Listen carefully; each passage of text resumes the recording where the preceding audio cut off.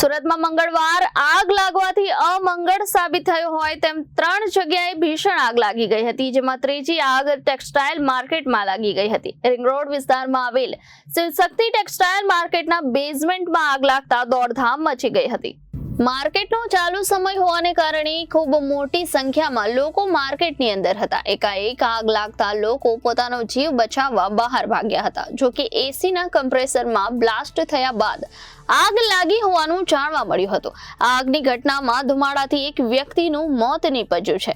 Fire બ્રિગેડના ઓફિસરે કહ્યું કે આગ પર કાબુ મેળવવા માટે લગભગ 14 જેટલી અલગ અલગ ફાયર સ્ટેશનની ગાડીઓને ઘટના સ્થળ પર બોલાવવામાં આવી હતી। હાલ આગ પર કાબુ મેળવી લેવાયો છે। મહત્વપૂર્ણ છે કે સુરતમાં છેલ્લા 24 કલાકમાં 3 આગની ઘટના સામે આવી છે। फायर कंट्रोल रूम में कॉल आया था। अभिषेक मार्केट के बाजू में शिव शक्ति मार्केट है, वहाँ बेसमेंट में एक दुकान में आग थी।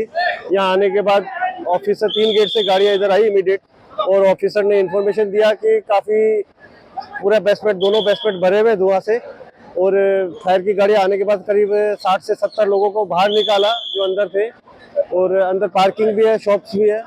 और उसके बाद पास में एक लेबर है, वो अपना सामान निकालने के लिए वापस अंदर गया था, और अंदर धुआं की वजह से दिशा भ्रम हो गया और निकल नहीं पाया धुआं की वजह से बाहर, और उसका अंदर से बेजान अवस्था में बॉडी मिला है, उसको हॉस्पिटल सारवार के लिए भेजा गया है। फायर की कितनी गाड़ियां मौके पर थी?